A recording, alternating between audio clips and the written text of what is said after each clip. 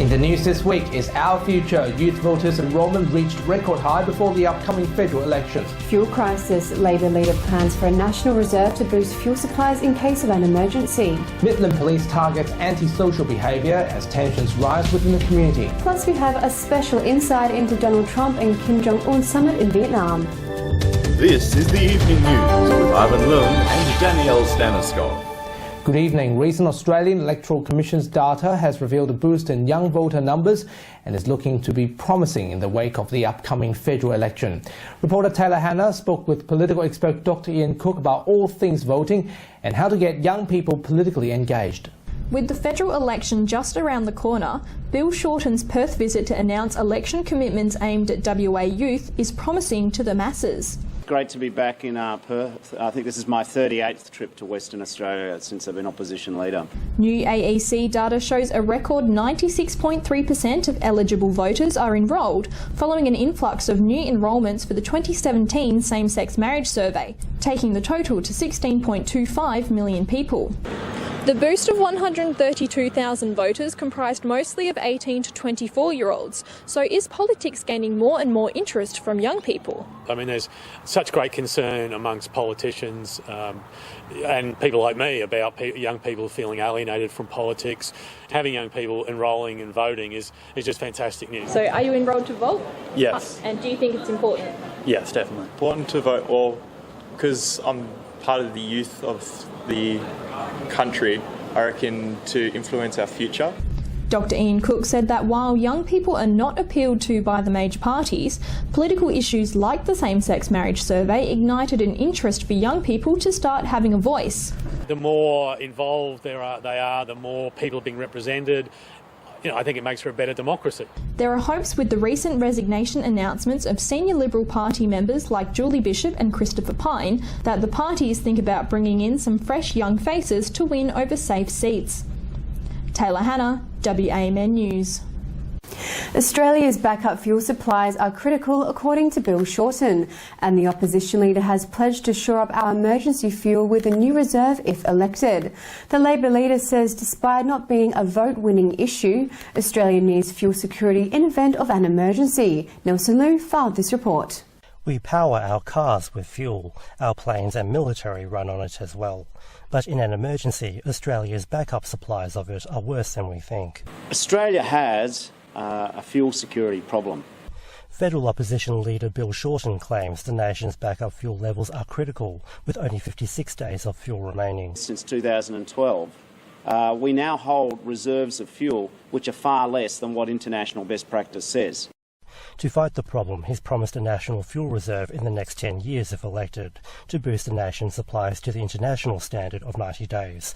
And this is an important issue not just for our economic independence, but fuel security is important for our national security. He says it won't affect consumer petrol prices.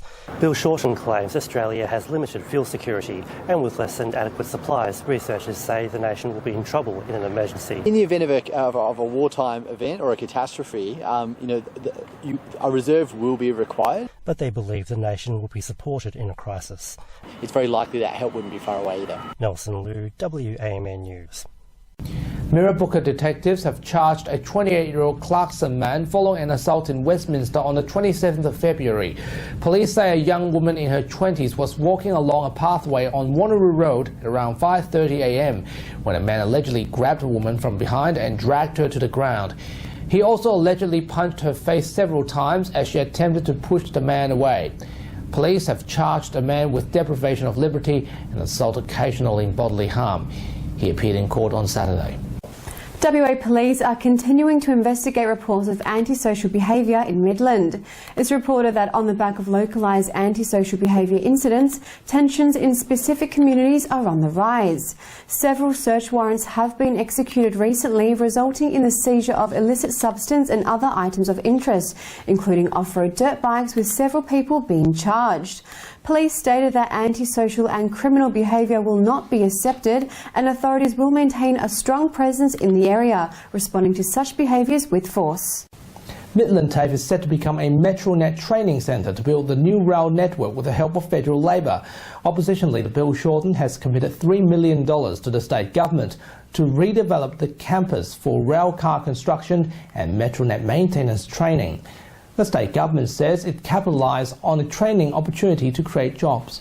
This new facility will be important for making sure that West Australians can take advantage of those opportunities. So there'll be a range of improvements here at the TAFE, and there'll be some additional trades and the like on offer here in Midland to ensure that people can train for this important project.